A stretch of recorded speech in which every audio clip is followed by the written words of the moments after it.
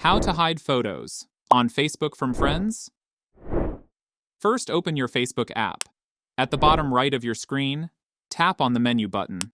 Now, click on Pro Life Name to go to your profile page. Beside the Edit Profile button, you'll see 3 dots. Go ahead and tap on those. Then select Activity Log.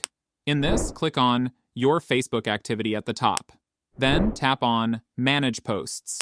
Here, you will see all your posts. To hide this, click on the Filter option. Then Categories, and select on your posts, photos, and videos. Once your photos and videos load, scroll to the bottom to make sure everything loads up.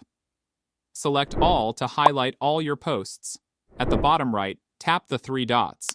Then choose Change Audience. Change the audience from public to friends to restrict your posts to just your friends.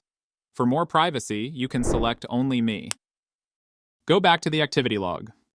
This time, select activity you're tagged in. Again, tap on Filters, then tap on Categories, and choose Photos you're tagged in. Select All, and at the bottom, choose Remove Tags to untag yourself from photos set as public by others. That's all there is to it.